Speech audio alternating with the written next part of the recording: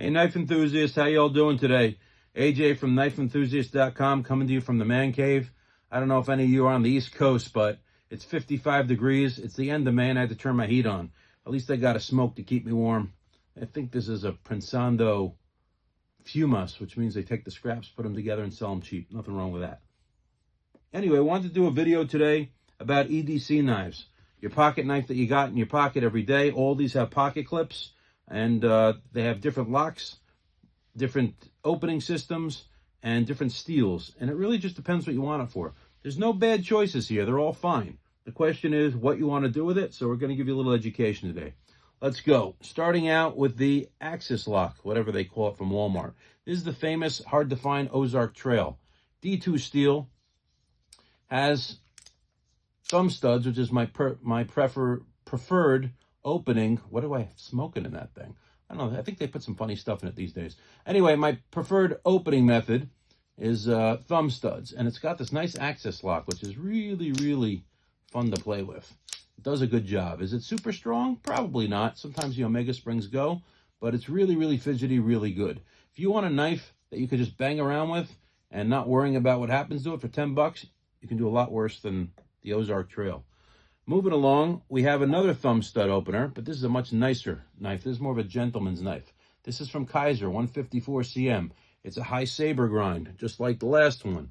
So you get some nice slicey action to it. It has a liner lock, which is one of my favorites. You just push it in, and it locks right into place under the blade. Really great system. Micarta handles, great, great option for an EDC. The next one on the table is a Spyderco. This is the ball bearing lock. This is probably the most fidget fun knife they're out there. You could just play with this all day. You could do it, whoop, not me. But you could do it backwards, forwards, sideways. I'm not doing it well. I'm trying to reach for the camera, but this is in Magna Cut, the holy grail of knife steels nowadays. Do you hear the angels singing in the background? Oh. Anyway, this ball bearing kind of works like the Axis lock, but it puts a little ball bearing in between there and the blade. Pretty strong system. Very nice to open and close. And it's got the Spidey hole, obviously, to open it up. Moving along, we got the ZT452. This thing is my carry knife when I think there might be trouble. It's an S35VN. This is what's called a flipper with a liner lock. The reason it's a flipper is because it's got this little flip tab there, right? You could do it any direction. And the way it locks is actually part of the frame. I'm sorry, did I say liner lock? Frame lock. The frame goes underneath the blade and stops it. Kind of works like a liner lock, but the liner's on the inside. It's a little bit weaker system. This is actually titanium going under the blade.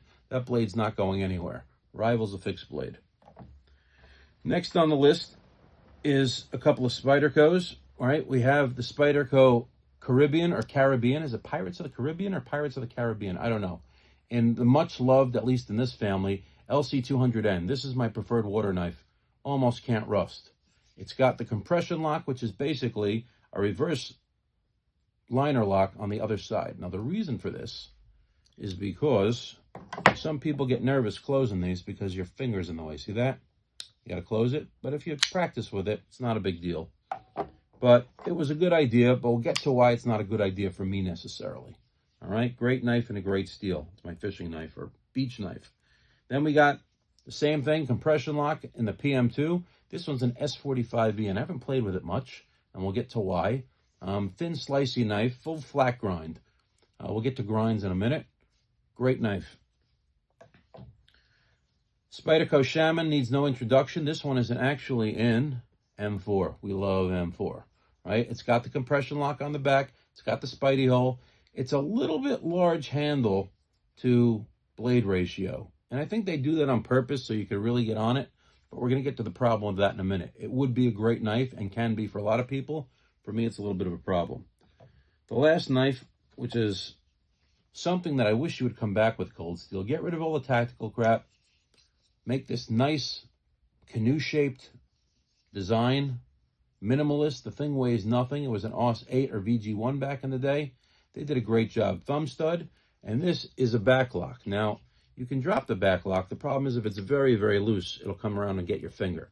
It's really a two-handed operation. So when they came out with all these other locks, some people think this came obsolete, But the nice thing is that if you bear down on it, there's nothing to press by accident. So what are these for? Let's put them in categories. If you want something to slice paper all day long, you're just opening packages, mail, stuff like that, you want a flat grind. A flat grind will give you the sliciest blade. It's nice and thin. Top to bottom, just comes down to a nice thin point. If you have something like a high saber grind like that, it'll do almost as well. High saber grind is also a nice choice for slicing. But it's going to give you a little bit of strength, especially if they go to the tip. This one does not go to the tip. Yeah, there's a compound grind here, but if you can see it, this actually gives a little strength going to the tip. This one's a little bit better. You can see it flare back out. This is a saber grind, but they put a false edge on the back. All right, and this is something for stabbing people. I know you're not supposed to say that, but this is a really good tactical knife. If you need something for if it hits the fan, this is the knife you want on you. The gun sight's somewhere in the middle. Now, they put this gun sight on there, but it's really just a Voyager, a medium Voyager from back in the day. And they put the nice serrations on there. Some people love them, some people hate them.